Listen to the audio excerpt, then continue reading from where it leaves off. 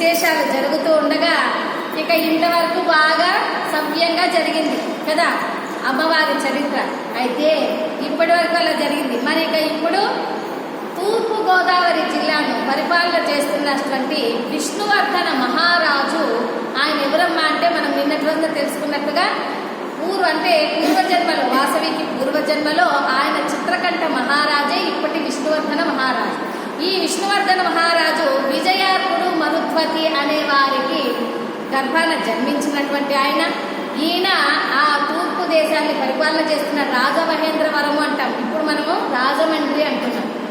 ఇతను ఎవరమ్మా అంటే మనకి పాండవులు ఉన్నారు చూసారా, పాండవులు అంటే ఎంతమంది? 5 మంది. ఆ 5 మందిలో మధ్యముడైన అర్జునునికి 64వ తరం మనవడే ఈ విష్ణువర్ధన మహారాజు. అందుకని అతన్ని అందరూ కూడా కలియుగ భీమసేనుడని ఇలాగా పిలిచేటువంటి వారు. అంటే ఆయన రూపం అలాగా బాగా లావుగా ఎత్తుగా ఉన్నటువంటి వల్ల కలియుగ భీమసేనుడు అని ఉంటూ పిలిచేవారు. ఇతను ప్రజలందరినీ కూడా ఎలా పరిపాలన చేస్తున్నారంటే రాజ్యాంగాన్నంతా కూడా చక్కగా పరిపాలన చేస్తున్నారు. కన్న బిడ్డల వల్లే ప్రజలందరినీ చూసుకుంటున్నారు.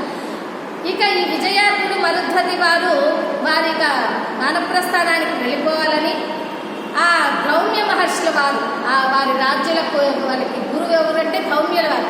ఆ ధౌమ్యుల వారి చేత ఒక మంచి శుభముహూర్తాన ఒక వజ్రరత్న కిరీటాన్ని ఆ విరూపాక్షునికి అలంకరింపజేసి చక్రవర్తిత్వాన్ని ఇచ్చి పట్టాభిషేకం చేశారు. ఆయన్ని రాజుగా చేశారన్నమాట. ఎవరిని? విష్ణువర్ధన మహారాజు.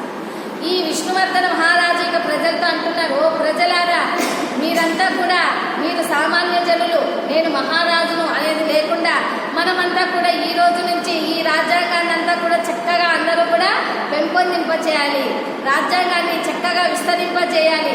మీలో ఎవరికి ఏ కష్టం వచ్చినా కూడా ఇక్కడున్న ఈ ధర్మగంటను వాయించండి అంటూ ఆయన అనేకమైన వాక్యాలన్నీ చెప్తూ ఉన్నారన్నమాట.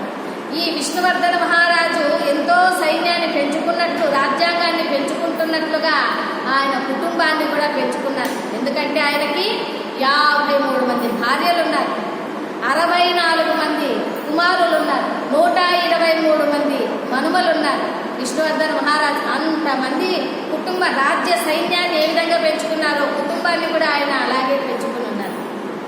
ఇలా ప్రశాంతంగా నడుస్తున్నటువంటి సందర్భంలో ఒకానొక రోజున ఆ విష్ణువర్ధన మహారాజు ఇలా శేషశయనంపై పడుకొని ఉండగా ఒకనాటి తెల్లవారుజామున ఒక దుస్వప్నం వచ్చింది. దుస్వప్నం అంటే ఒక చెడ్డ కళ అలాగా వచ్చిందనమాట. ఏమిటి ఇలాగా దుస్వప్నం వచ్చిందే అని భయపడిపోయినాడు. ఎందుకంటే